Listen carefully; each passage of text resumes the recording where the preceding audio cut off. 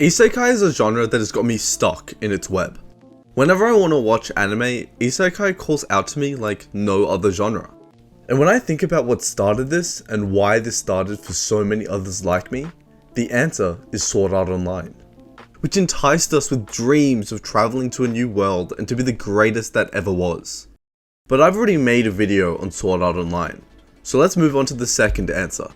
No game, no life. An isekai brimming with creativity that was the next step forward in capturing attention towards isekai.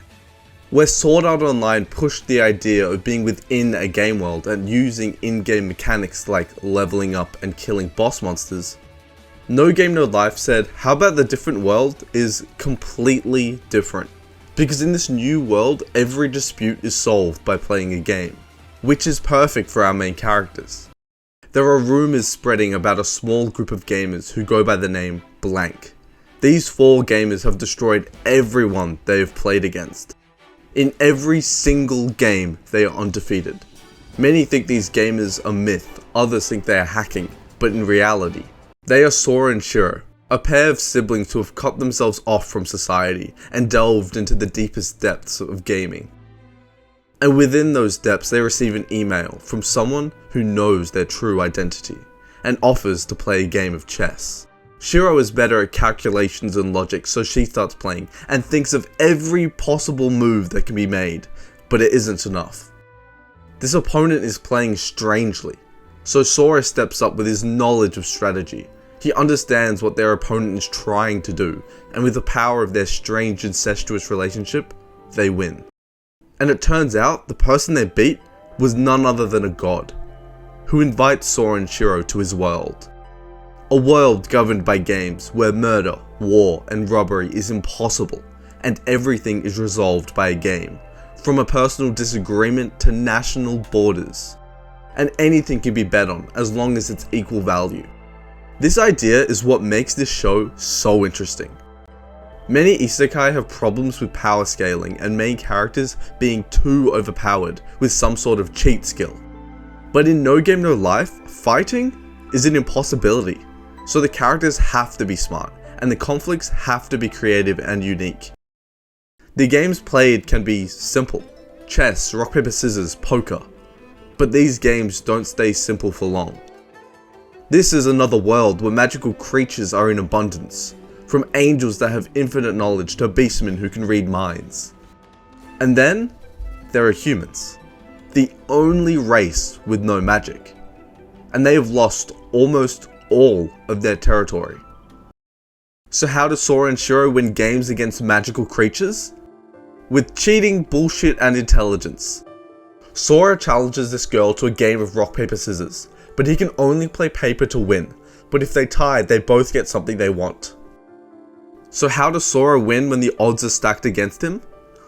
By working out the option that has statistically the highest chance of winning for the girl and realizing that she would know he is thinking that, so she does the lowest chance of winning, but he already knows she is thinking that, so he does what counters that, and what the fuck am I even saying?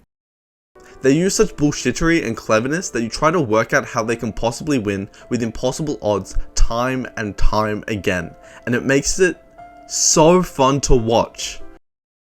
The world they are sent to also feels like a new world. It doesn't look like medieval Earth with RPG or game-like features, like systems or the classic Circle City. I've seen that time and time again. There are good shows that use these things, but this anime has breathed life into a new world. A vast sprawling landscape, floating trees, huge chess pieces rise from the ground.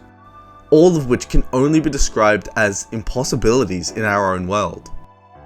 As the main characters discover new things about this world, we also discover them, because every part of this world is new.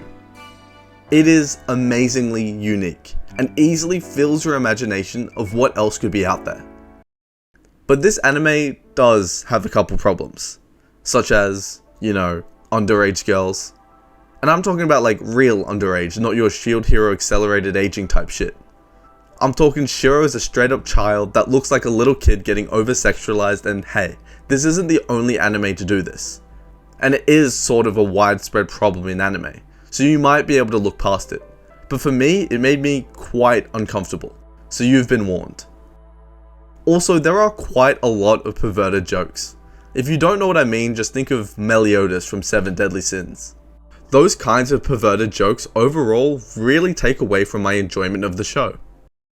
But if you ignore all that and just watch it to have fun, it is an amazing spectacle with incredible quality and unapologetically oozes with style. A shut-in gamer who is transported to another world easily describes hundreds of anime. But where many isekai make the transportation to another world feel random and a mistake, No Game No Life made it feel special, because God chose them. God realized their skills were in a world where they couldn't fit in. In other isekai, the main characters are trapped in another world. In No Game No Life, Sora and Shiro were trapped in their own world, and have finally found where they can thrive. No Game No Life isn't perfect, but it is just so unique, and with how copy-paste isekais are nowadays, looking at No Game No Life is a breath of fresh air. And if you can look past its flaws, I think you'll find a brilliant anime with a unique world, story, and all-around fun experience. And it will leave you begging for season 2, baby, come on, any day now. If you like this video and want to see more, subscribe, I'd appreciate it.